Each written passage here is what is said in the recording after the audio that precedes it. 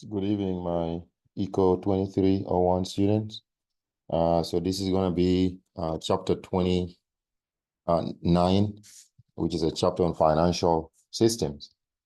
So let me share my screen. I will talk about it on the other side.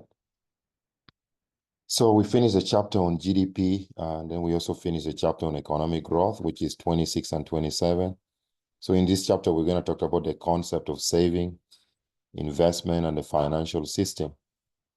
So here's going to be the outline of what we're going to be talking about in this chapter.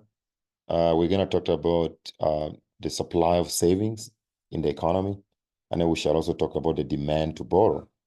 Most of the borrowing that happens in the economy happen for investment purposes. And then after we talked about the supply of savings, the demand for borrow, we shall also talk about the equilibrium in the market for loanable funds. So the loanable funds is going to be a market where people are going to borrow funds for investment, and then there's going to be the supply side of those funds as well. And then we shall talk about the role of financial intermediaries or financial institutions, like the role of banks. And we're going to talk about bond market and stock markets, how they play a critical role in basically filling the saving investment gap in the economy. And then we'll talk about what happens when intermediation fails, or financial institutions like banks fail. And then we'll talk about some case studies like the Great Depression of 1929 to 1933 and the financial crisis of 2007, 2008. We're going to be discussing some key concepts of leverage, securitization, and shadow banking. And then, of course, we're going to have some takeaways. So here's kind of like an introduction of how saving is useful in an economy. So savings are necessary for capital accumulation. The more capital an economy can invest, the greater is GDP per capita, okay? Because we talked about the other time that economic growth basically depends on critical factors like savings that translate into investment, capital. So physical capital is going to be one of the key ingredients for economic growth. We talked about technology, we talked about incentives, and in the role of institutions. So right now we're going to be connecting the dots. Connecting savers and borrowers increases gains from trade and smooth economic growth. I want you to think about a scenario. If you have a good investment plan, you have a good business plan, which you could actually succeed, but you don't have any money. Let's pretend that there's no such a thing as banks in the economy, no such a thing as stock market or bond market. Then your investment plan would die on arrival because there would be no funds for it. But because we live in a society whereby banks are available, stock market is available, anybody with a good investment plan can succeed. They can present that plan to the bank, and the bank can loan funds to such an individual who can use those funds productively to invest. And then that is going to create opportunities for economic growth, and other, good things for the economy. So I want to share with you this this diagram here. So when you think about it, an economy like the United States, there's always two types of individuals. There are savers of funds, and then there are borrowers of funds. Borrowers of funds, you can really think about them as people who are demanding that saving.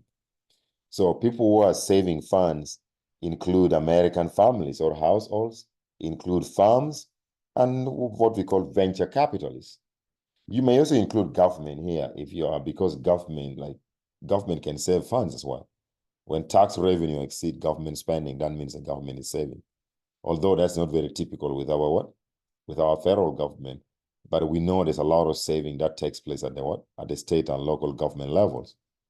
Okay, so what happens is that savers are going to put their money. There are several ways that you can save money. So if you have your family saving money, for example, you can put money in a regular savings account or open like a certificate of deposit, mutual funds, and all that kind of stuff.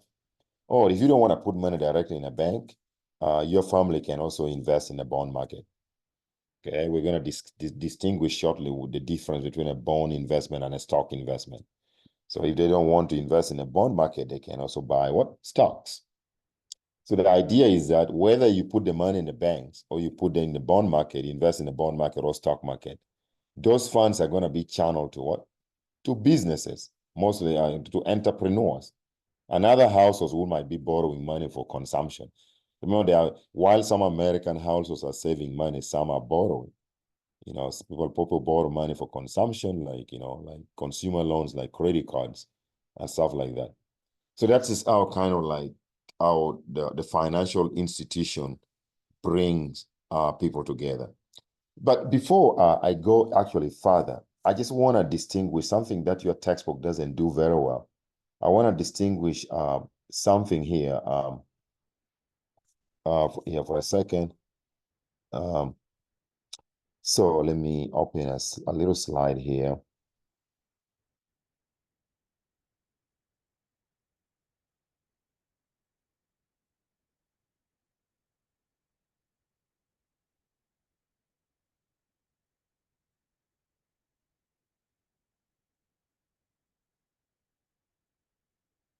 Okay, so when we're talking about the financial system, the financial system is the lifeblood of capitalism. Okay, you'll hear these phrases from politicians and economists. So financial system. The financial system is subdivided into two parts. Okay, so our financial system involves financial markets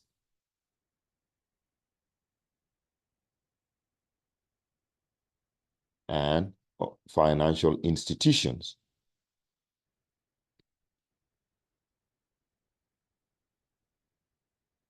And financial institutions are also called intermediaries. So when we talk about financial markets, we're talking about, the example includes stock market, where we are trading stocks. It also includes the bond market. It includes the currency market.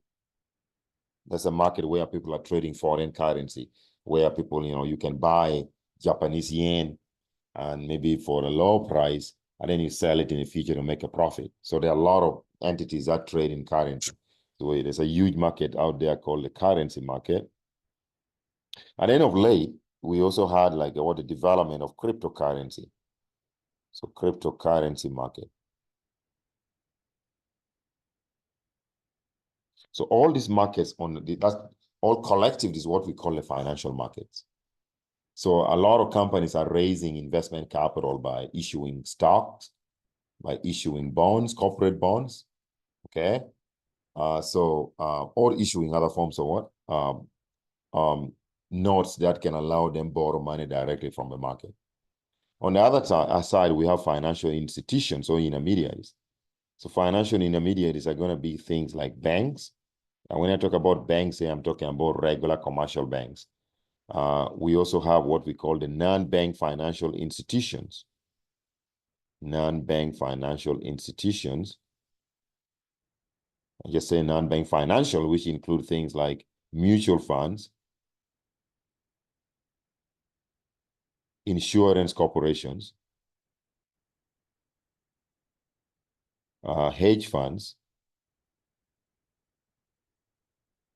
etc. Okay?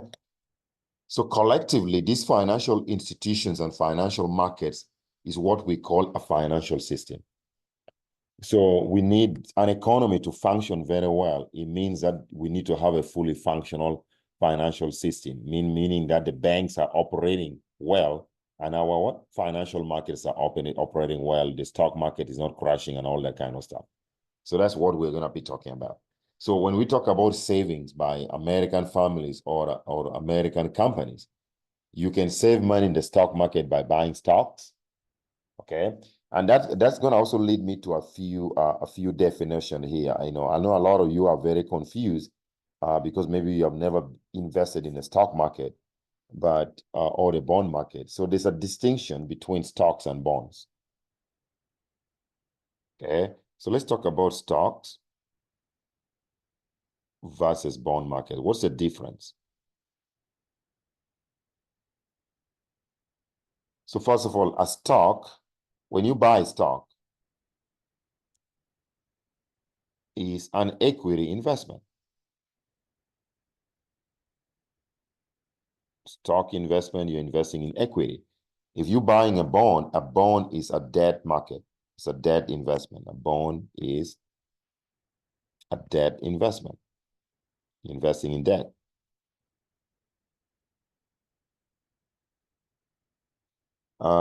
Another difference is that stocks guarantee you partial ownership of the company. If you buy stock, you become a part owner of the company. But bonds do not. Another difference is that stockholders, you buy stock and dividend income. So what are dividends? So when a company makes up, let's say you buy like $1 million of Microsoft stocks. So that means you become a partial owner of Microsoft. So every year when Microsoft makes like say $10 billion or $20 billion in profit, Microsoft shares that profit with all the shareholders according to their shares in the company. So you have a smaller share, you're gonna receive a small pie every year in what we call dividend income. If you buy a bond holders earn interest payment on their bond investment. Okay. And then another distinction is that bonds have maturity date.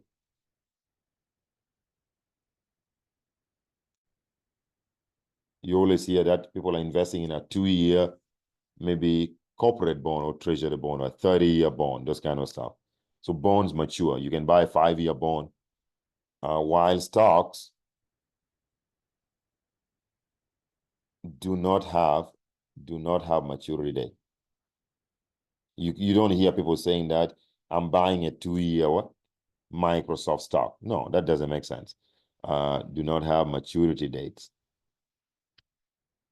So those are some of the fundamental difference between stocks and bonds. So again, stock is an equity investment. You buy stock, you're buying equity in a company. You buy a bond, you invest in the debt market. Stocks guarantee you partial ownership of the company, but bonds do not. You buy a bond is a debt instrument that guarantees that you're going to be paying back. You're going to be paid back your money with interest. Stockholders earn dividend income. Bondholders earn interest payments on their investment. Bonds have maturity dates. Stocks do not have maturity dates. So those are some of the underlying distinction between those two types of investments.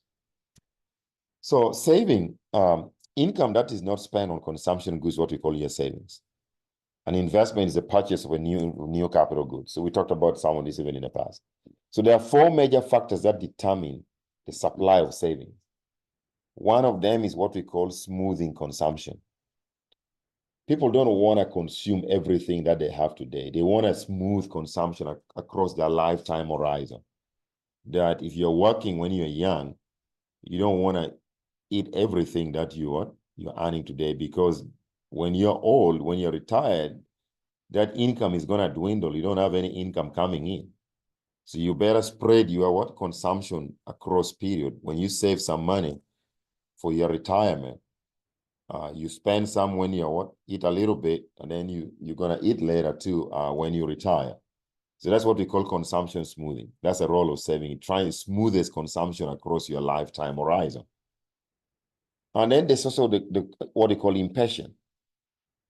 People who are very impatient tend to consume most of their income when they're in their prime years, when they're working. But then that means then they have very little remaining for for consumption when they're old. So patience is going to be the key to saving. If you're patient enough where you don't want to spend all your income today when you're young, that means you're going to have a lot of savings when you're old, when your income from, say, the job is no longer there because you're retired. Then you can You can consume out of your savings. And then there's also the marketing aspect and the psychological factors. When you save money, you know that, you can be a lot of, financially stable in the future. So it has got some psychological, you have some psychological feeling to it. And then, of course, the concept of interest rates. When interest rates are high, people want to save more because the return on your savings is going to be greater when banks are paying you a higher interest rate on your saving. So the saving function that we're going to soon see is basically positively sloped, meaning that there's a positive correlation between interest rates and the amount of money that people want to save. So let's start. So smoothing consumption. If you consume what you earn every year, consumption is high during your working years. But after retirement, consumption drops a lot. You can try to smooth consumption by saving. That's what I talked about during your working years, and de-saving during the retirement year. Because when you're retired, you don't have any income from your regular job. That means your consumption has to come from you withdrawing what you had saved when you were during your working years. Saving also builds cushion for unemployment or unexpected health problems. If you save a lot of money and let's say you get sick where you cannot work, you can draw down on that saving to take care of yourself during that difficult time, or when you lose a job. So individuals are impatient sometimes. Most individuals prefer to consume now rather than later. So the more impatient a person is, the more likely that person's savings rate will be very low. Impatience is reflected in an economic situation in which people must compare costs and benefits over time. So criminals, drug addicts, smokers, or alcoholics all tend to discount the future more heavily. They try to consume all their money today. So let's talk about the time preference. Time preference is the desire to have goods and services sooner rather than later. All else equal. Okay? So what we're going to talk about, and then the other thing we talked about was the marketing and the psychological factors. Individuals save more if saving is presented as a natural or default alternative. The retirement savings plan participation rate was 25% higher in businesses that use automatic enrollment rather than an opt-in feature. So sometimes there's also like that psychological way of saving, depending on the means that you're saving your money. The default also mattered for how much was saved. Simple psychological changes combined with effective marketing and promotion by your employers could actually change people's mindset towards saving. If nobody tells you about the benefits of saving at the job, then you're probably less likely going to save. But if they tell you about the importance of saving, then you're most likely going to save your money. So here's the saving function. When we put interest rate on the vertical axis, interest rate is the price of money, and then savings on the horizontal axis in billions of dollars. So when the interest rate is 5%, that is fairly low, people save up to about $200 billion. And then when interest rate jumps to 10%, that means banks are rewarding you more on your savings. People tend to save to respond to that incentive. They're going to save more. So the savings is going to jump to $280 billion. So here's kind of like a small self-check there. Which of the following is a major factor in determining the supply of savings? Okay. What we talked about is patience. The more patient you are, the more you're going to save. The more impatient you are, the less likely that you're going to save your money. Okay. So let's talk about the demand to borrow. Okay. Because we're talking about a market. It's basically less a market for loanable funds. So on the supply side, the supply of loanable funds come from people saving money in the bank. And then there are people who are going to be borrowing those funds. So the banks kind of act like intermediaries. Banks link between savers and borrowers in the economy. Okay? Think about back in primitive times, in the Stone Age days, where there were no banks. Life used to be quite primitive.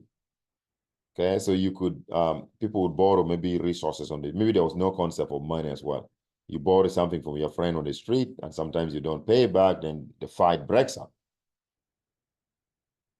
You don't have to do that with modern banking. You could borrow money from your worst ex-girlfriend without them knowing. That's the role of the bank. Your girlfriend can go and put money in Bank of America in the morning at 8 o'clock, your worst ex-girlfriend at 8 in the morning. And then you could show up at 2 p.m. at Bank of America, and Bank of America, what? Offers you a loan, approves you for a loan, and gives you that money that your girlfriend put in their savings account in the morning. Okay, so in that case, the bank is acting as an intermediary, playing an intermediary role between savers and borrowers in the economy. And that minimizes conflicts. Okay. So one reason people borrow is to smooth consumption too. But many young people borrow to invest in their education too. You guys borrow to invest, student loans. Okay, you want to invest in your education. Borrowing also moves some sacrifice into future periods when students have a job. So by borrowing, saving, and de-saving, workers can smooth their consumption over their lifetime. If you know that your life is going to be better by going to school and getting a good degree, a good education, and then you should borrow when you're young and go to school, and then you accumulate that skills. Then you're going to work hard, and part of the money you're going to get from your job, you pay back your student loan, and part of it you save for your retirement. That's what we call that smoothing consumption. So when you take a look at this diagram here, this is like the life cycle theory of savings. Okay, puts the demand to borrow and savings together. Okay, so the idea here is that if you are young, you may borrow money like student loans to go to school. So borrowing might happen when you're very young. And then once you get out of school, you're gonna get a good paying job, you're gonna save some money. But also part of it, you're gonna pay part of your student loans. And then you are going to retire. Okay, when you're old, you're retired, that means you're no longer saving because you no longer have income. Okay, some people may retire, still have some income from stock investment, but that income is gonna dwindle as you get older. So that means as you are old, you're going to do what they call de-saving. The money that you are saving in a bank, that's what you're going to be withdrawing to finance your consumption when you're old. So this picture that I showed you here basically gives you like kind of an idea of a life cycle of a person. So you see, you're young, you're borrowing money for college, or you're borrowing money to buy your first home. And then when you're in your prime working years, see, that corresponds, you're working hard and saving money. Part of the money that you're making during your prime working years, you're using that to pay off your what? Your house, paying off your student loan. But you also, part of it, you're going to be saving for your retirement. So the idea is that when you retire, you should not be left with a lot of debt like student loans. You should not be owing money on your house. Your house should be fully paid off. And then whatever money that you have left from your savings, you can use that to what? For your consumption when you're old. Enjoy your life when you're old. Okay, so that's a consumption path from young to working age to retirement. So the demand to borrow, often the people with the best business ideas are not the people with the most savings. Just keep in mind that. There are geniuses out there who may have the best investment plans, but they may not have any money in their bank account. But a fully functional financial system should be able to connect those individuals with the best business plan to access funds from banks. So, for example, and by the way, and sometimes people who have got the most savings in their bank account, millions and millions of dollars, they may not have a clue what to do with their money. That's why some people just put their money in the bank to save money in the bank. So the banks will approve loans to businesses or individuals with the best business ideas. Okay, so businesses are going to borrow to finance large projects. The ability to borrow greatly increases the ability to invest. So higher investment increases the standard of living for everybody and the rate of economic growth. because you're investing in capital. But the decisions to borrow by many individuals or firms also depends on interest rate. When interest rate is very high, the cost of borrowing is high. You don't want to borrow at 20, 30% for investment. So you can see that at higher interest rate, the demand for borrowing is low. People are only going to borrow $190 billion. But if interest rate falls to, like, say, 5%, you can see that the demand for borrowing goes up. So borrowing is negatively correlated with interest rate. Okay. So now let's talk about this hypothetical market, the market for loanable funds. The market for loanable funds is a market that brings the supply side, the savers and borrowers together. See, because when suppliers of loanable funds, savers, anytime you're saving money in the bank, you're supplying loans, loanable funds to people who want to borrow. Okay? So the savers of funds in the banks are the suppliers of funds that banks are going to lend to what? To borrowers. While demanders of loanable funds are the borrowers. So trading in the market for loanable funds determines the equilibrium interest rate. Equilibrium, when you talk about the equilibrium interest rate, so it's going to be a point where supply equals to demand. We rate, and I'm going to draw this before you show you my day. So if we put interest rate on this axis, interest rate, and here's going to be the quantity, we can just call it loanable funds. The supply of loanable funds is savings. Is positively correlated with what? With interest rate. The demand side, people who are borrowing money represent the demand side of that market. This is a demand for loanable funds. So the market for loanable funds reaches equilibrium when the supply of savings or saving must equal to the demand for savings. So that's going to determine equilibrium interest rates and equilibrium quantity of loanable funds. Okay. So here's the diagram that I talk about. If I put number here, so there's going to say that the equilibrium, this 8% interest rate is an equilibrium interest rate because up and where the supply of savings equals to the demand for saving to borrow. And at equilibrium, this is going to be equilibrium quantity of loanable funds. Okay, or the billions of dollars that will be loaned out there. That's $250 billion. Equilibrium fund, amount of funds that will be borrowed and loaned out.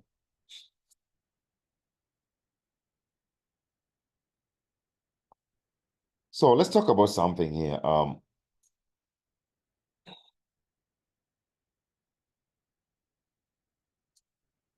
Okay, so in equilibrium, the quantity of funds supplied equals the quantity of funds demanded.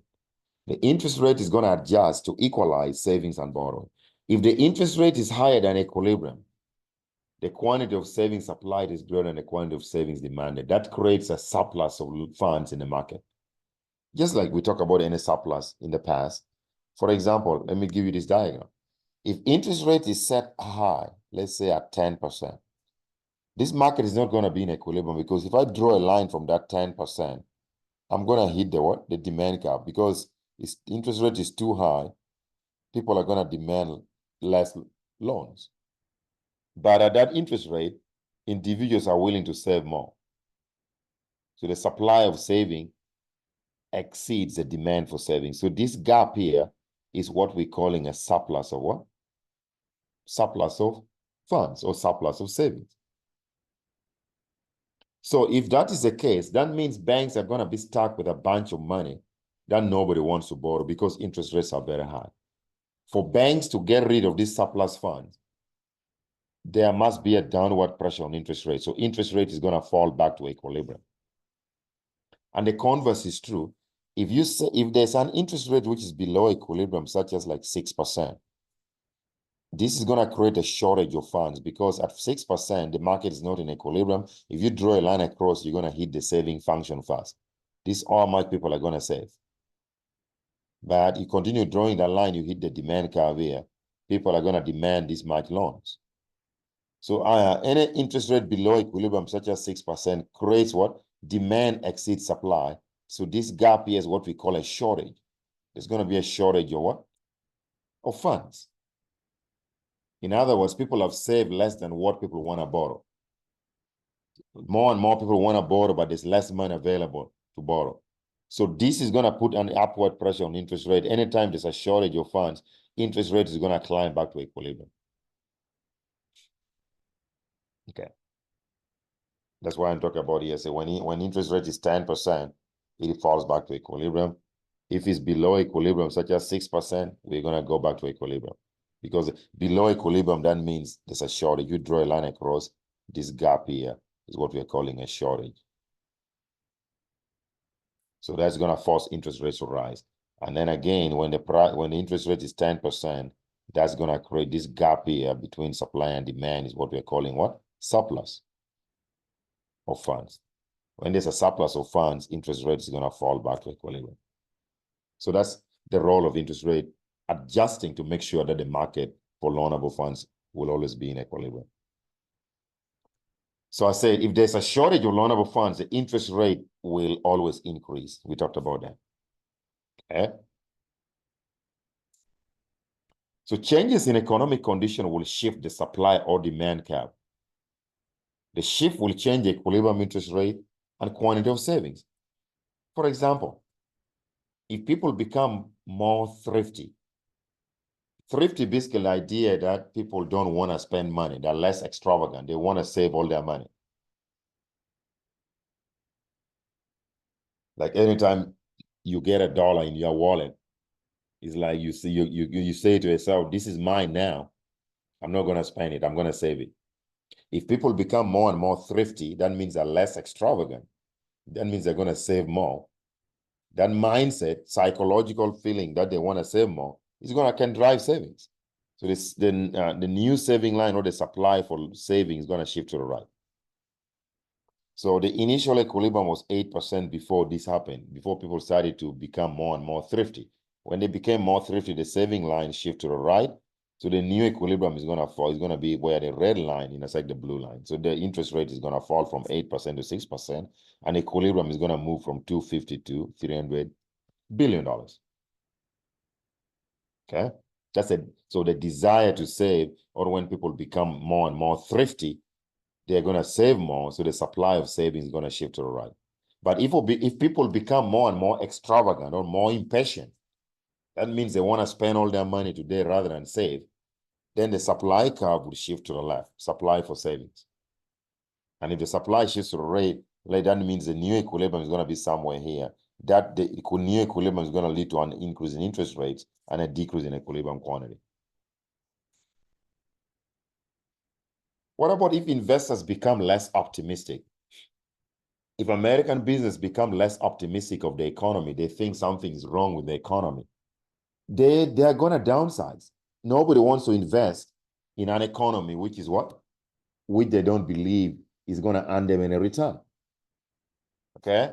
So when businesses, American businesses become pessimistic, let's say there's a business report out there which says that the economy is headed in a wrong direction. Things are going to be tough next year. Maybe the economy is going to fall in a terrible recession. That is going to make most businesses become less optimistic. They're going to become pessimistic. And when you're pessimistic as a business owner, you downsize. You don't want to invest.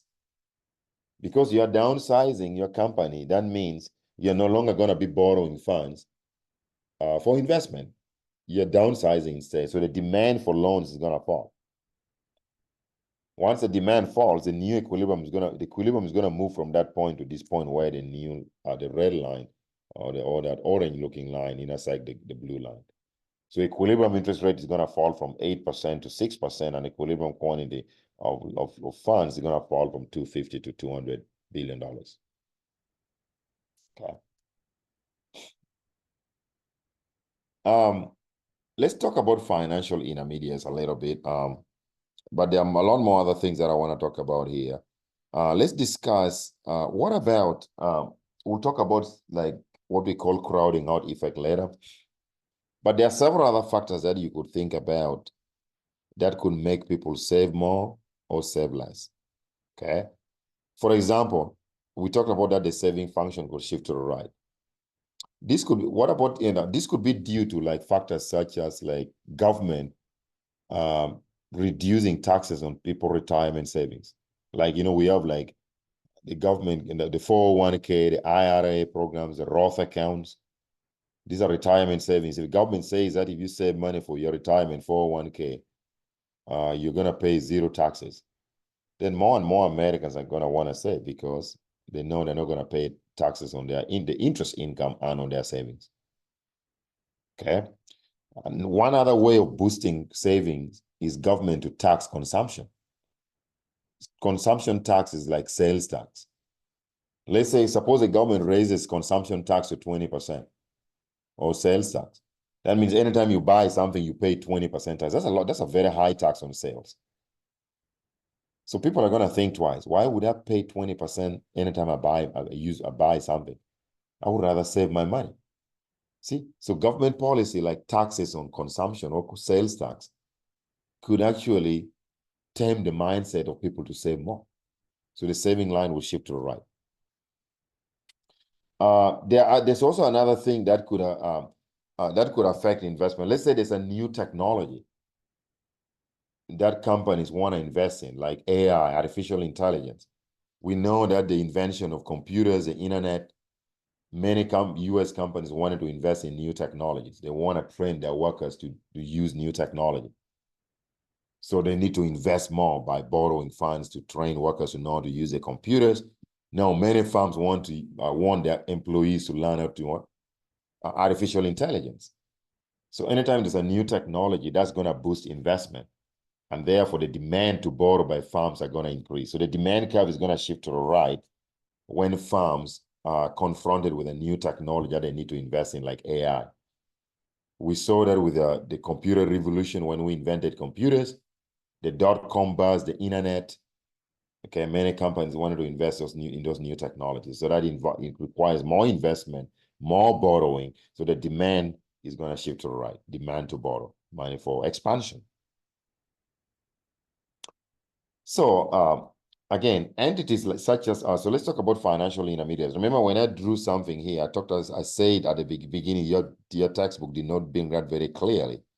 I discussed it earlier. Let me go back. Where did I talk about this? Right here.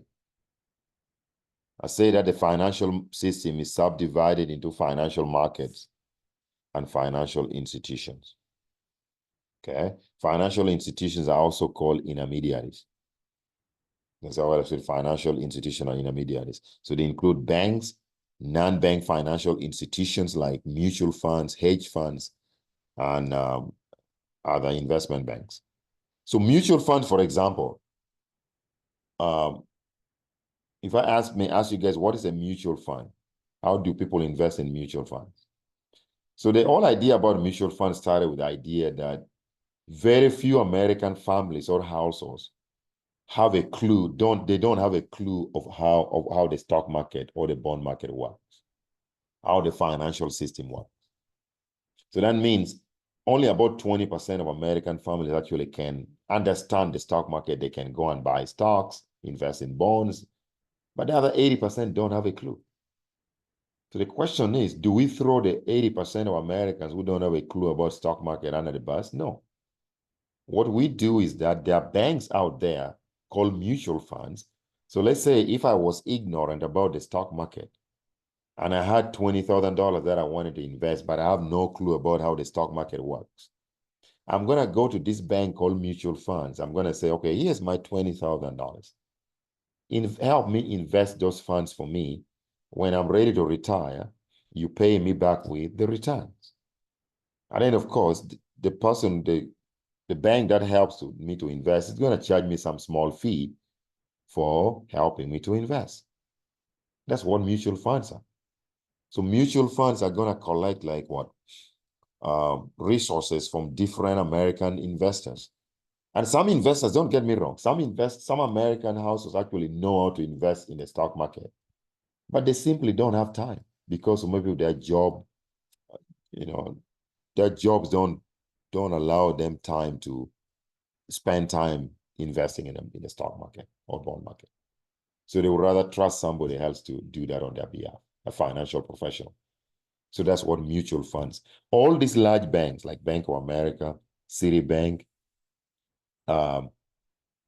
Wells Fargo, they all have mutual funds that they operate on the side. So you go to Bank of America, don't just open up a checking account. Ask them what kinds of investment accounts you have. Mutual accounts. They're going to guide you of how you can open a mutual account, and they can guide you to invest your money.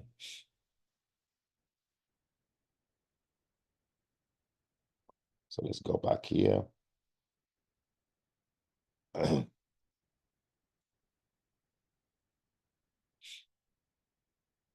So financial intermediaries are entities such as banks, bond markets, and stock markets. They reduce the cost of moving savings from savers to borrowers and investors. So equilibrium in the market for loanable funds does not come about automatically. Savers move their capital to find the highest returns. Entrepreneurs must find the right investments and the right loans. So financial intermediaries reduce the cost of moving savings from savers to borrowers and mobilize savings toward productive uses. That's what these intermediaries do. So banks receive savings from many individuals and pay them interest rate.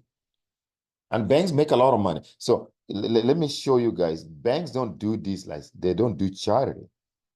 So here's how banks make profit from loanable funds market. Let me show you a little bit here.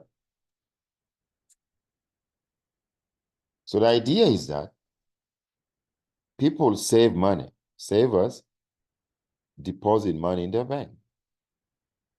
Deposit funds into the bank. And then the bank is going to pay them what we call a saving interest rate. The saving interest rate could be 4% or 5%. Let's say it's what? Pretend that is 4%. Then the bank is going to turn around and loan these funds that savers are put in the bank. So they're going to give loans to borrowers. And borrowers are borrowing money for different purposes, for investment purposes or for consumption, like credit card loans. So when banks loan money to banks, they are no longer going to charge them 4% interest rate. They charge maybe 7%. That's how banks make their money. Savers put their money in the bank, and the bank pays them a return on their savings. So the banks make sure that the interest rate they pay on savings is lower than the interest rate they charge on what? On loans that they're going to extend to borrowers. So the difference between the lending, so this 7% is what we're calling the lending interest rate. Like when you borrow money to buy a car, the bank might say they're going to charge you 7% on the what? On that car loan. Or you borrow money to buy a house, you borrow money to go to school. So how does a bank make profit? So bank profit is going to be equals to the lending interest rate. This is just from this you can say bank profit from loanable funds, because banks also invest in other assets. It's going to be equal to lending interest rate minus saving interest rate. So when people save money in the bank pays them 4%, but the bank use their funds and lend it to borrowers at 7%. So the bank is remaining with a cool profit of 7% minus 4%, which is 3%. That's going to be, in this example, that's a bank profit, 3%. Which some textbook also refer to as the what? The interest rate spread. The interest rate spread is a difference between lending interest rate and the saving interest rate. So you can call it the interest rate spread or bank profit from loanable funds. So by specializing in loan valuation, so let's first go back here. Banks are going to receive savings from many individuals and pay them interest.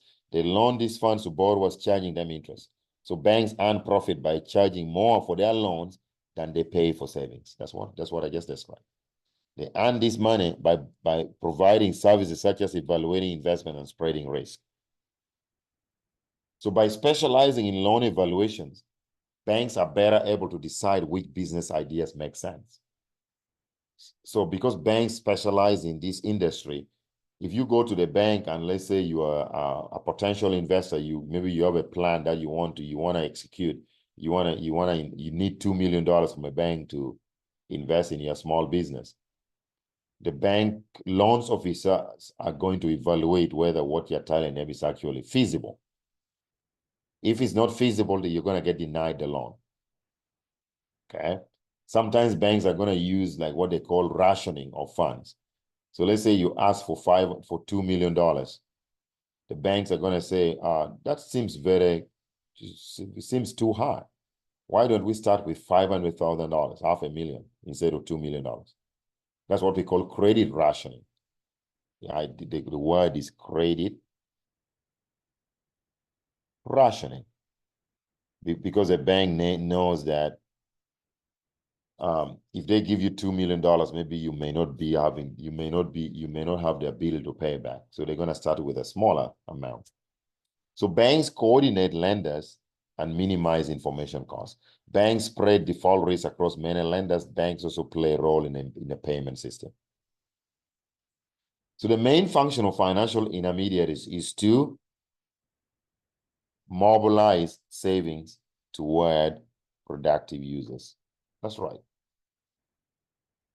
Financial intermediaries reduce the cost of moving savings to investors and borrowers and mobilize the savings towards their productive users. As I said, most often people with the most brilliant ideas in the economy do not have enough savings to execute on their ideas. So the only place they go to is they go to the banks. And the banks are going to channel funds from savers to people with the brilliant ideas who need those funds to execute their plans for investment. So at the bond market, investors can more easily find information about large, well-known corporations. They are therefore more willing to bypass banks and lend to these companies directly. One of the ways that if I don't want to invest my money in a bank by putting my money in a regular savings account, I can use my money to buy bonds, corporate bonds. There are different types of bonds. Bonds can be issued by, okay, let me talk about that a little bit with something, again, that your textbook doesn't provide here, but I want to talk about the different types of bonds and who issues them. Remember, the issue of a bond is the borrower of funds. The one who buys bonds is a lender of funds, we the investors. So this is the idea. So there are three entities which can issue bonds, which can issue bonds. So the first entity is I'm talking specific for the United States, U.S. government. Like when I say U.S. government, I'm talking about the federal government. So the U.S. government borrows money by issuing what? Treasury bonds. The bond that the government issues is what we call treasury bonds. And they come from a different maturity dates. They can issue bonds that mature in a number of days to 26 weeks. We call those treasury bills. They can issue up to 30-year bonds.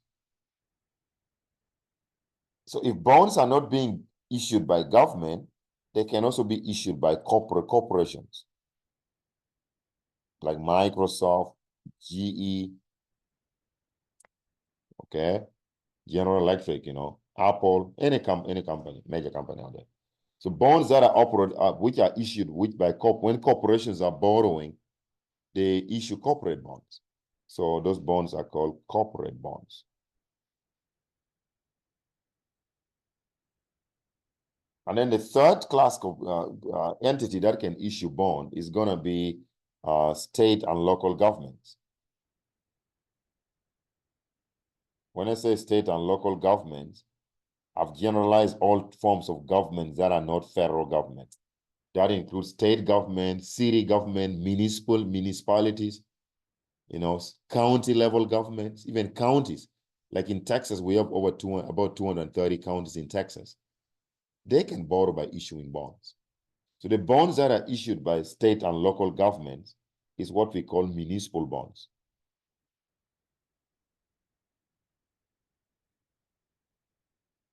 So those are the different classes. So these are the three main entities that can issue bonds, that can borrow money by issuing bonds. Okay. So, and again, if you issue bond, the bond is issued by US government, that means the US government is a borrower. The one who issues the bonds is the borrower. If Microsoft issues corporate bonds, Microsoft is borrowing funds from the investors. And then those ones who are the demanders of bonds or the buyers of bonds are lenders of funds. So that's how I can break it down for you there.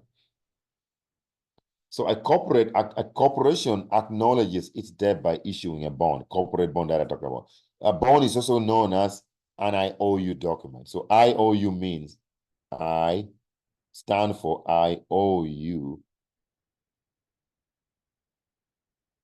document. So when the government issues me a bond, let's say I buy $10,000 of US Treasury bond, that matures in 5 years.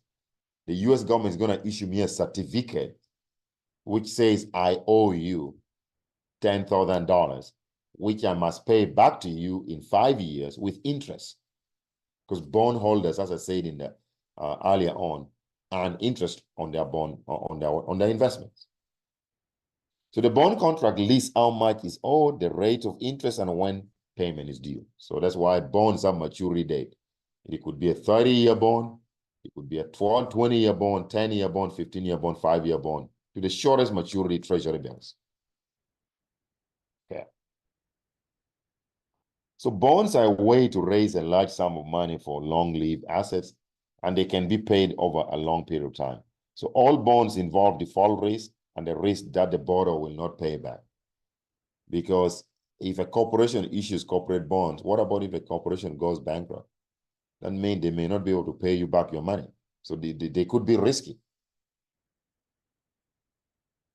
So what happens is that in the United States, we have rating agencies that evaluate how risky corporations are.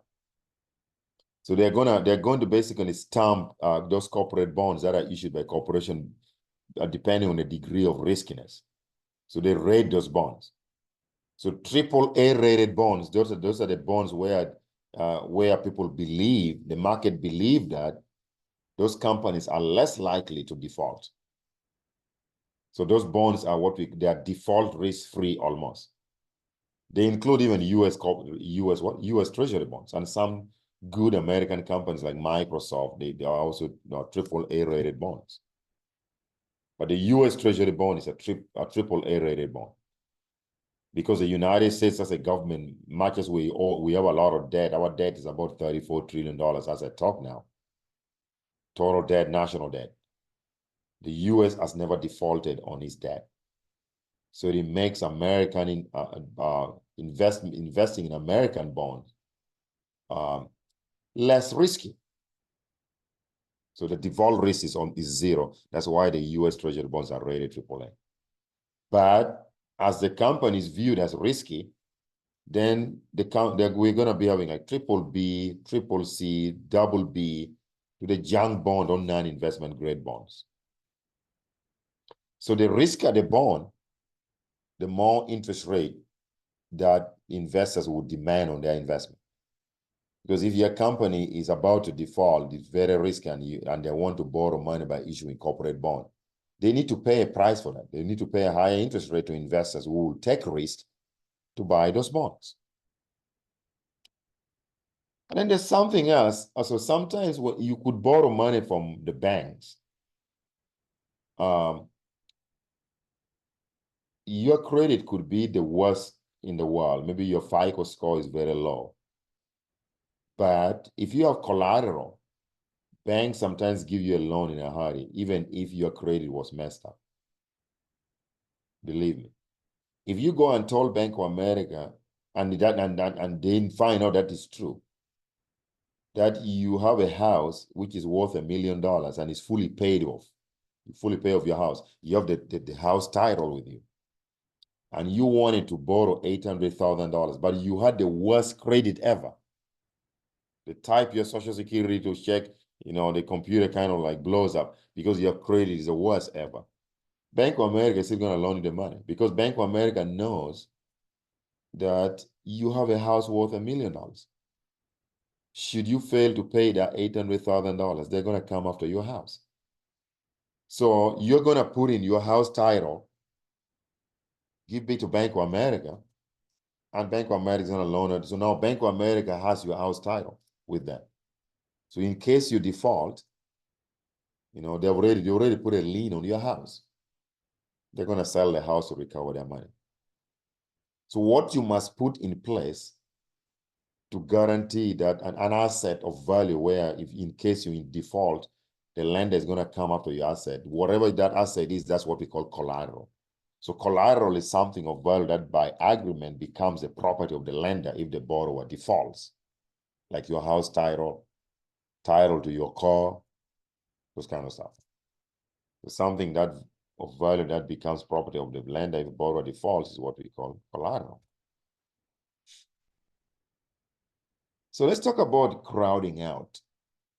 So crowding out is the idea that the decrease in private consumption investment may occur if the government borrows more money from the market. Let's go back to the diagram for supply and demand for loanable funds. So this is our supply for loanable funds. This was our initial demand for loanable funds. We call this private demand. So the initial equilibrium was happening when interest rate was 7.8. So equilibrium quantity would be $200 billion or what? Of loanable funds. So what about if the government borrows money by issuing treasury bonds? Because the government is also demanding funds, the demand for loanable funds is going to shift to the right. So this increase in demand, shifting the demand curve to the right, is going to be the additional increase in the demand is going to be the demand for government wanting to borrow funds. And anytime government wants to borrow funds, that puts an upward pressure on interest rates because now the new equilibrium is going to happen at point B, and then interest rates is going to jump to what? 9%. So you can see at 9%, companies, private individuals were borrowing at $200 billion. When interest rate was 7%. When interest rate jumps to 9%, private individuals or private businesses are no longer going to want to borrow money at $200 billion because it's expensive now at 9%. They're going to cut they're going to move along the supply, this demand curve for private demand for loans, and they're going to only borrow $150 billion. So the $50 billion reduction from 200 to $50 billion of private demand for loans is what we're going to be calling crowding out. So the idea is that anytime the government is also issuing treasury bonds, they want to borrow money. They could borrow money for purposes. Maybe they want to go to war, they need money, and we want to build some bridges, infrastructure projects, those kind of stuff, national security. That puts an upward pressure on interest rates, and that crowds out private investment. So the reduction in private investment when interest rates go up because the government is increasing the demand for loans is what we call crowding out. So a summary here is that over the previous graph, you had a $100 billion increase in government borrowing, crowds out private consumption investment. How does this happen? Total and private investment equal $200 billion in the original equilibrium. That's what we say here. And then when the government borrows, total investment is going to equal to $250 billion in the new equilibrium, but private investment equals to $150 billion. So public investment due to government borrowing accounts for the what? Additional $100 billion. That's why you can see that in this new equilibrium, this jumps to $250 billion. Because the government borrowed $100 billion, but now private sectors will reduce their investment from 200 to 150. So 150 plus 100 is 250. But the idea is that the private sector is going to reduce what? The demand for loan from 200 to 150. They're going to move along this demand curve where the 9% rate is. So that reduction in private investment or private demand for loans is what we call crowding out.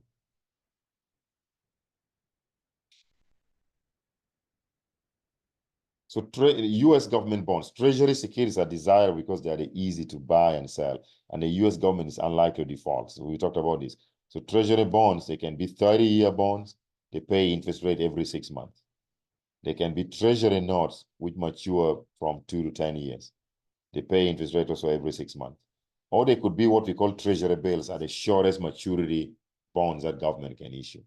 They range from a few days to 26 weeks. So they pay only at maturity. Treasury bills are more like discount bonds. So that leads us to what we call zero coupon bonds or discount bonds. Discount bonds are sold to you at a discount, but they pay you a full face value on maturity. And so they pay at maturity. So here's a formula. We can talk about the relationship between bond price and bond interest rate. Anytime you buy bond, what are you actually buying? So the value of a bond at maturity is called the face value. So if you buy a 5-year bond and it's a discount bond is also called zero coupon bond. The government is gonna, so if that bond has a face value of $1,000, the government is gonna pay you $1,000 on maturity, let's say after 1 year. But when you're purchasing that bond, the price of that bond, they sell it to you at a discount. So that's why we call it discount bond. The discount bonds are sold to you at a discount, but on maturity, you get paid the full face value of the bond. So the face value is always higher than the discount, the price of the bond. So for here, for example, so now to calculate the return on your bond, a discount bond investment, you take the face value, what you get paid on when the bond matures, minus the price, which is always at a discount, divide by price times 100. It's like calculating the percentage change. So if you pay $909 for the 1-year bond with a face value of $1,000, that means your return is going to, on maturity, the government pays you $1,000, but you bought the bond for $909. So it's like I bought a 1-year bond for $909, but on maturity, the government pays me $1,000. That means I would have made a profit of about $91. Okay, so in percentage, you're just going to take 1,000 minus 909 divided by 909 times 100, it gives you 10%. It's a 10% return on your investment. So bond price and interest rates tend to move in opposite direction. So equally risky assets must have the same rate of return. Yes, if assets have the same degree of risk, then they should pay you the same rate of return. If they did not, then no one would buy an asset with a lower rate of return. The price would fall until the rate of return was competitive with other investments. This is called the arbitrage principle. Arbitrage is the idea that if something is more valuable, people are going to start investing more in that something. So that's going to drive what? Drive up the price, drive down the interest rate until everything else is the same. It's like saying, if a pair of shoes that Generation Z wants to wear, they want to wear some fancy tennis shoe that costs $50 in Austin, but that pair of shoes costs $70 in Salt Lake City. Guess what is going to happen? The profit maximizing economic agents or businesses will buy these shoes from Austin, where it's cheap at $50, and they're going to supply it in what? In Salt Lake City, where they sell it at $70. But if they continue buying shoes off the Austin market, guess what is going to happen? The supply of shoes in Austin is going to fall. Then the price of shoes in Austin is going to start rising. As they dump more shoes in Salt Lake City, the price in Salt Lake City is going to decline. Eventually, the price in these two markets are going to be the same. So there's no incentive for companies trading shoes in the two markets anymore because the prices are the same. There's no profit opportunity. That's what we call arbitrage.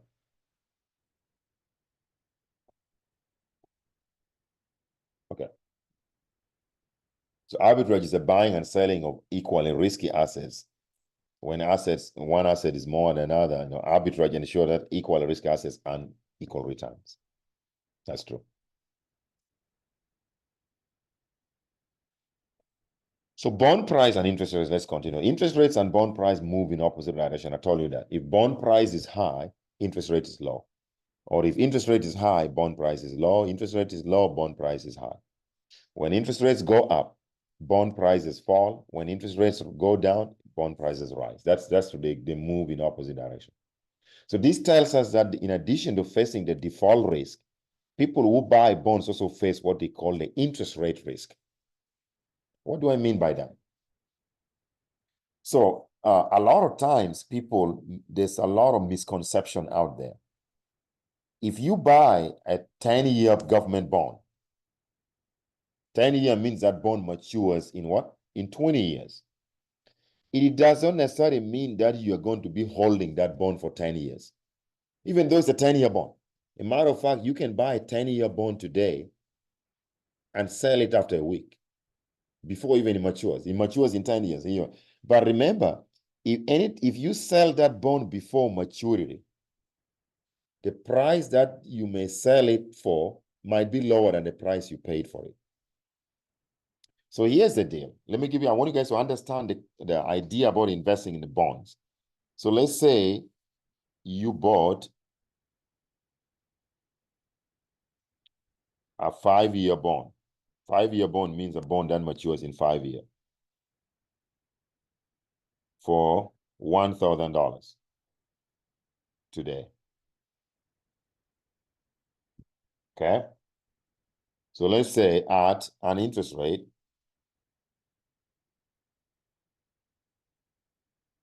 of, say, 10%. Okay? So now let's say, suppose after 1 year,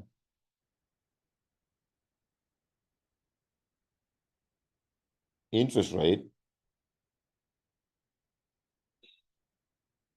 rises to, say, 20%. Okay? And the bond price, because interest rates and bond price move in opposite direction, and the bond price after 1 year falls to $500. So what happens if you try to sell this bond next year before it matures? You're going to face an interest rate risk. Because remember, when you bought that bond, the government guaranteed you to pay you 10%. So even if interest rate rises to 20% next year, you're not going to get paid 20%. You sign in the contract that you were going to get paid 10% cumulative over 5-year period. But now you decide to sell that bond before it matures next year when interest rate was 20% next year. So if interest rate is 20% next year, you're going to be screwed big time. So here's what you're going to calculate the return on this investment. How do I calculate the return on this investment? If I sold this bond after 1 year, even though it was a 5-year bond, you decide to sell. So you're going to get what we call the rate. We can calculate the rate of capital gains.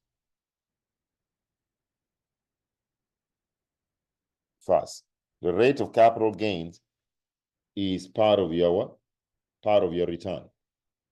So let's say PT is a price for the bond today. T stands for today. Price is you bought this bond for $1,000. And we're saying that after a year, after 1 year, 1 year from today, that's PT plus 1 year after today. When interest rate rise to 20%, we say the bond price drops to only $500. So the rate of capital gains, G stands for rate of capital gains, is the percentage change in the price of the bond. You're selling at PT plus 1, but you bought it, you paid PT for it, divide by PT. Okay, so guess what? You multiply this by 100. So this is going to be $500, because that's PT plus 1, minus 1,000 divided by 1,000. So this is going to be negative. Then you multiply this by 100. This is negative 50%. So you have lost 50% in capital gain. So even though the government is paying you 10% every year on your what paying you interest rate. So that means after 1 year, this is going to be your return on this bond investment. So after 1 year,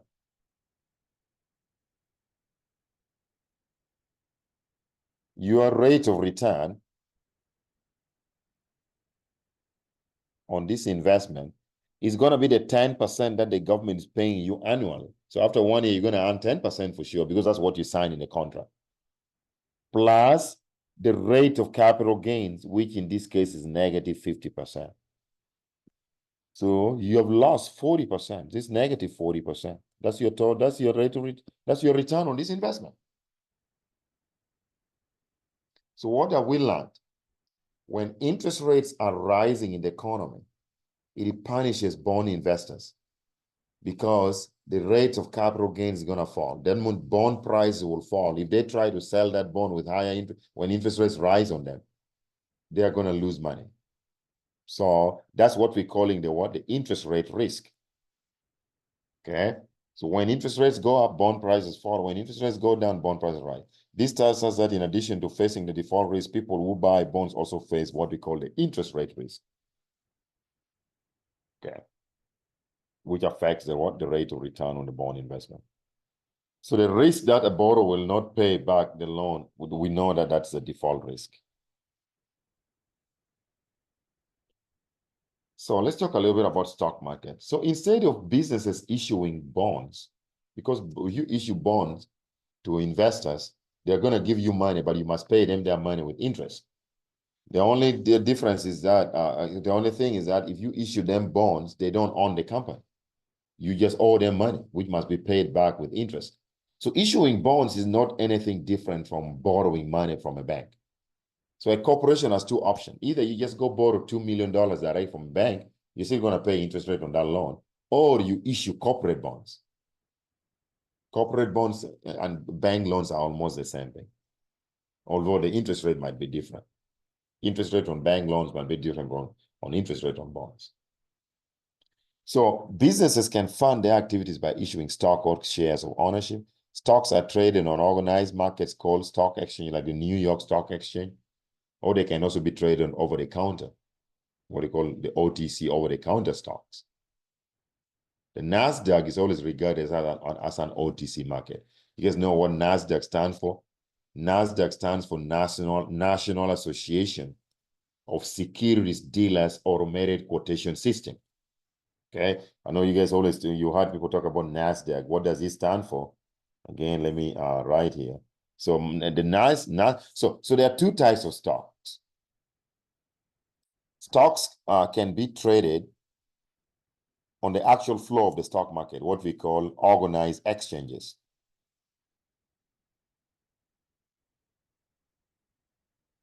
Okay. Example of these include what? The New York Stock Exchange. So with organized exchange like the New York Stock Exchange, if you want to trade stocks, you need to be on the actual floor to be able to buy and sell stocks. You see, when they open the market, the bell rings at 9 in the morning. People are yelling on the trading floor. With organized exchanges, you need to be on the actual floor to trade stock. But if you are not trading in organized exchanges, the other market is what we call the OTC market, what we call the over-the-counter stock.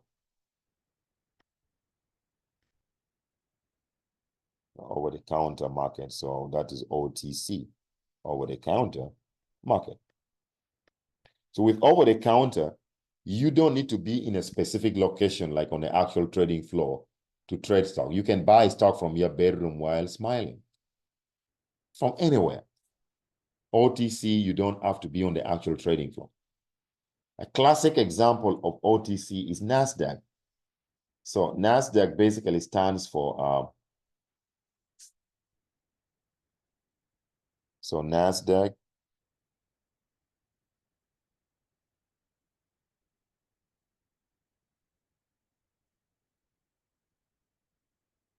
NASDAQ stands for National Association of Securities Dealers automated quotation. That's what it stands for.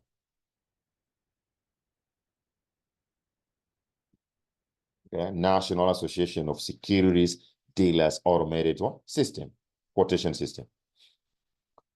So a stock is a certificate of ownership in a corporation. So as I say, when you buy stock, you become a part owner of the corporation. Also called a share, you become a shareholder. So when you begin your business as a private business, like an LLC, that is a private business. If you go public, that means that becomes a publicly traded company. I remember a couple of years ago, maybe 10, 12 years or 10, 12, 10, about 10 years ago, when Facebook became public. Facebook was a private company owned by Zuckerberg and a couple of his associates. But they decided to go public. So initial public offering is what? Is the first time a corporation sells stock to the public in an effort to raise capital.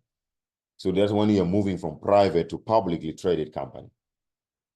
And this deal always happen behind closed doors. It involves what they call an investment bank.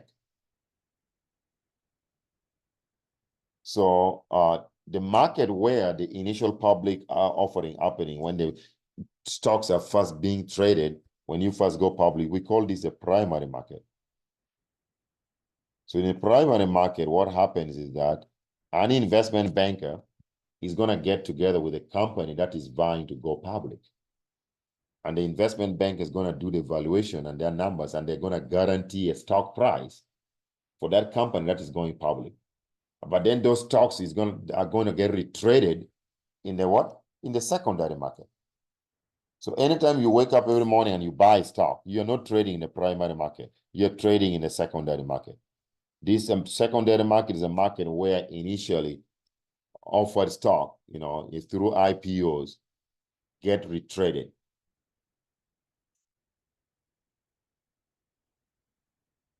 So let's talk about when intermediation fails. So the bridge between savers and borrowers can be broken in many ways. Just think about that. Okay. First of all, we say that what?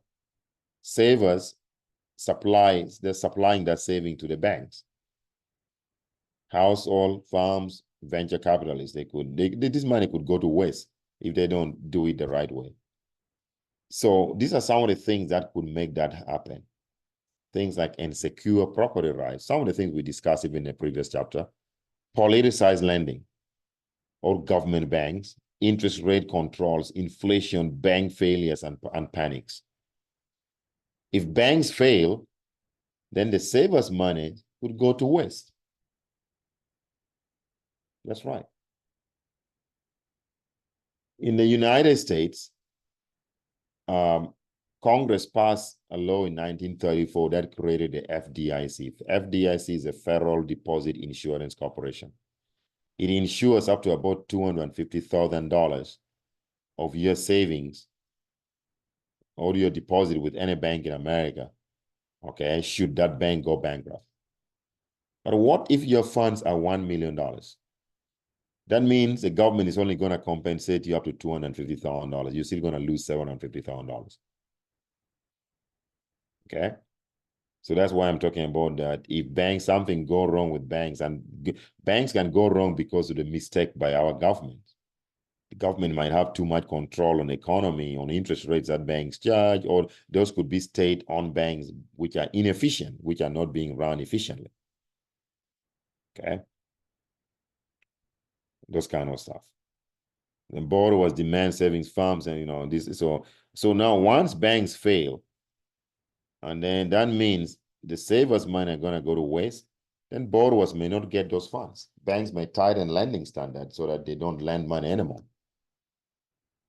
So I discuss a few of those here. Things like insecure property rights. Some governments do not offer secure property rights to savers. Savers may be confiscated. Savings may be confiscated, frozen, or subject to other restrictions. If you have a rogue regime like North Korea, they can confiscate people's savings for political reasons. It happened in Argentina in 2001 when Argentina defaulted on its debt. Argentina froze bank accounts in 2001. Many banks went under, and Argentinians lost their savings because of the actions of their what? Corrupt government. Russia at times, the Russian government has many times confiscated or restricted the value of shareholders. Okay? So insecure property rights negatively affect savings. So control on interest rates. Some governments may want to control interest rates. That can also cause loanable funds market to malfunction. There's what we call the usury law. Most states in America have the usury law. It imposes a maximum ceiling on the interest rates that can be charged on a loan to prevent what we call interest rate gouging by banks, because sometimes government believe that if you let the banks do what they want, they can charge any ridiculously high interest rates for Americans. So you can set a ceiling, interest rates above which it becomes illegal for banks to charge that kind of ridiculously high interest rates. That's what we call it. So most US states have usury laws, although they often have loopholes. They don't stop most credit card borrowing. They are set at levels too high to influence most loan markets. So that you can see here, for example, if the government control interest rate at a level below equilibrium, that can result into a shortage of funds, because banks are going to say, well, if you control interest rate, first of all, savers are going to say, well, we don't get enough money in return on our savings.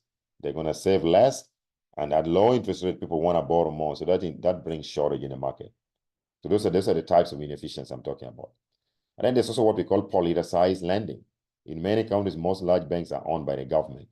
Government-owned banks are useful for directing capital to political supporters. Useful authoritarian regimes like to do that.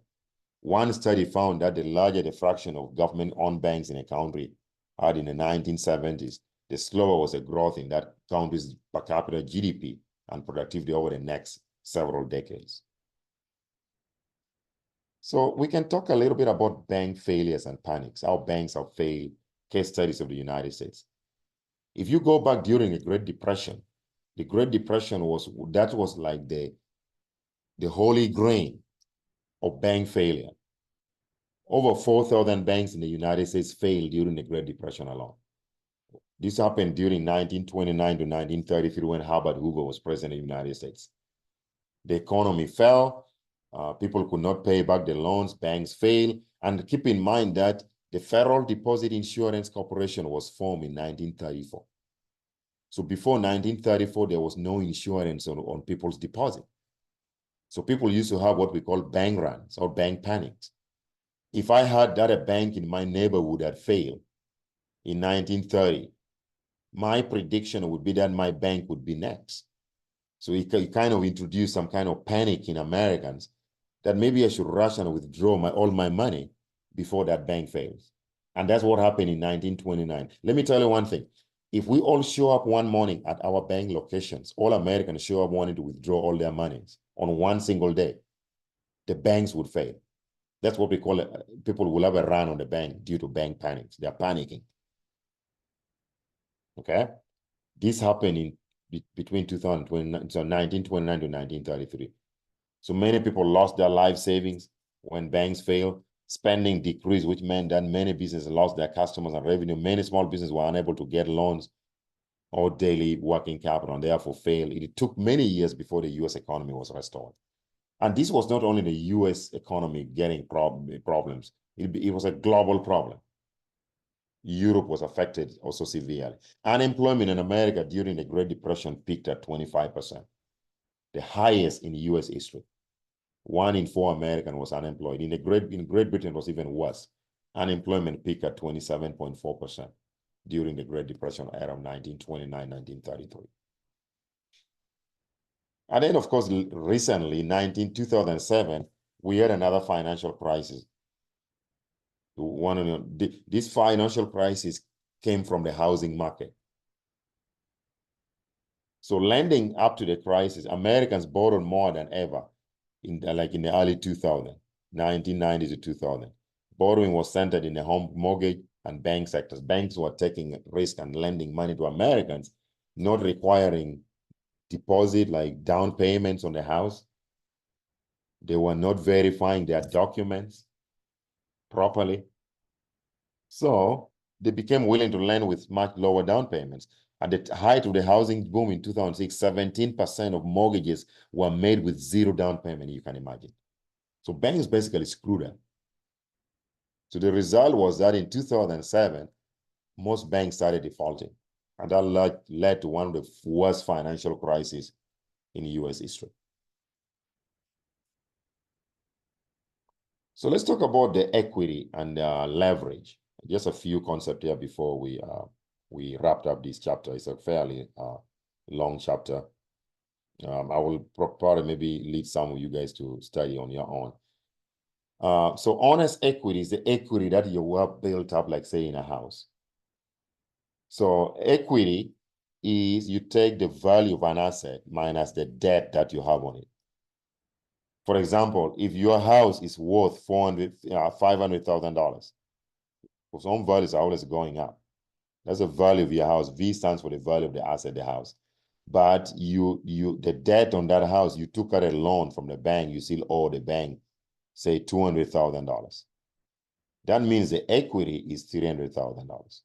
That's your money. You have the equity built up in that house. So there's what we call a leverage ratio. There's just a ratio of debt to equity. Okay.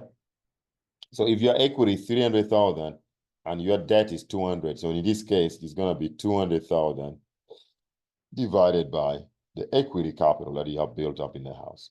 So it would be 2/3.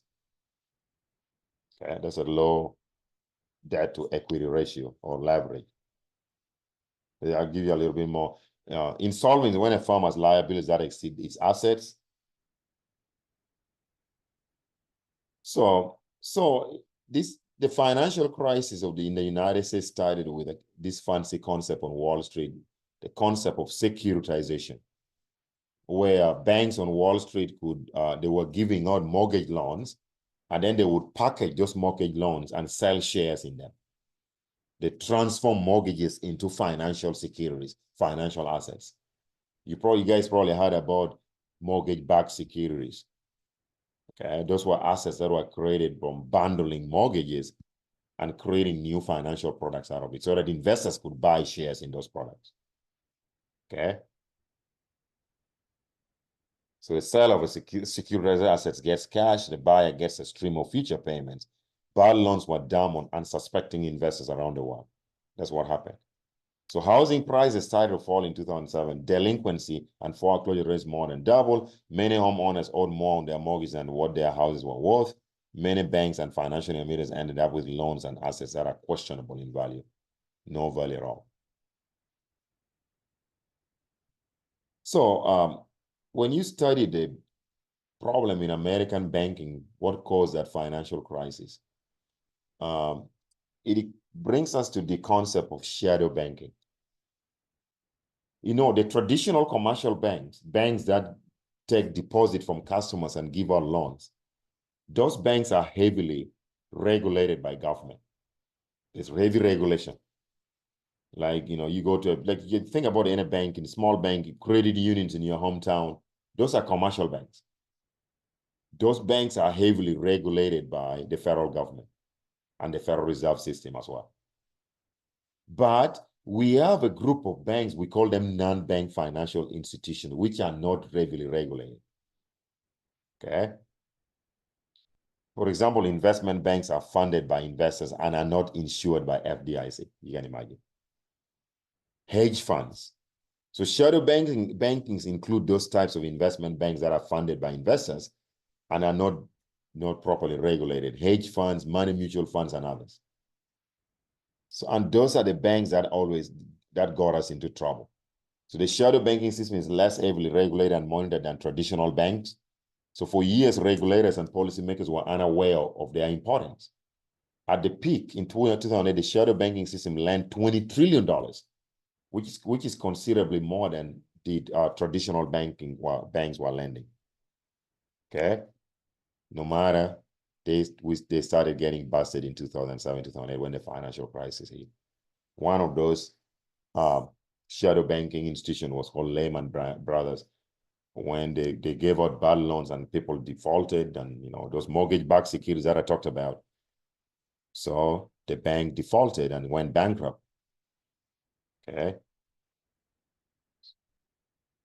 So let's do whatever. So banks that are funded by investors are not insured by FDIC are called shadow banks. Okay, they are less regulated than the traditional banks. So the crisis, as house prices fell, highly leveraged homeowners defaulted on their mortgages. I have a friend who lives in Stockton, California. He told me that he bought his house in Stockton, California for $300,000. But in 2009, his home was only worth $90,000. So think about that. You owe $300,000, but the house is only worth $90,000. That's what happened in 2007. So it wasn't clear who owned what or who faced the worst losses. Investors became unwilling to extend short-term funding to shadow banks. Credit markets froze up. So sometimes when markets are in turmoil, it can lead into what we call a fire sale. A fire sale is a vicious cycle in which the forced sale of a financial asset drives down the price of related assets, forcing more sales, further driving down the price. So the price keeps going down and down. Okay. So the US government has taken steps to prevent this kind of crisis from happening again. After the Lehman Brothers and the collapse of banks on Wall Street in 2007, the Federal Reserve took over AIG, the American Insurance Group, when it was failing and guaranteed its debt. So new financial regulations are bringing the shadow banking system out of the shadows, right? So that is true. So maybe we are not going to go back to the same mess we had in 2007. Banks of all kinds are required to hold more equity now, reducing the amount of their leverage. So this concludes my discussion of this chapter. Here are just the key takeaways and summary. It's a fairly long chapter. Now, thank you very much. I'm going to talk to you guys again next time when I record the next. This video again is going to be uploaded on the permanent YouTube link, and it will be shared at Canvas. I'll see you guys next time. Thank you. Bye.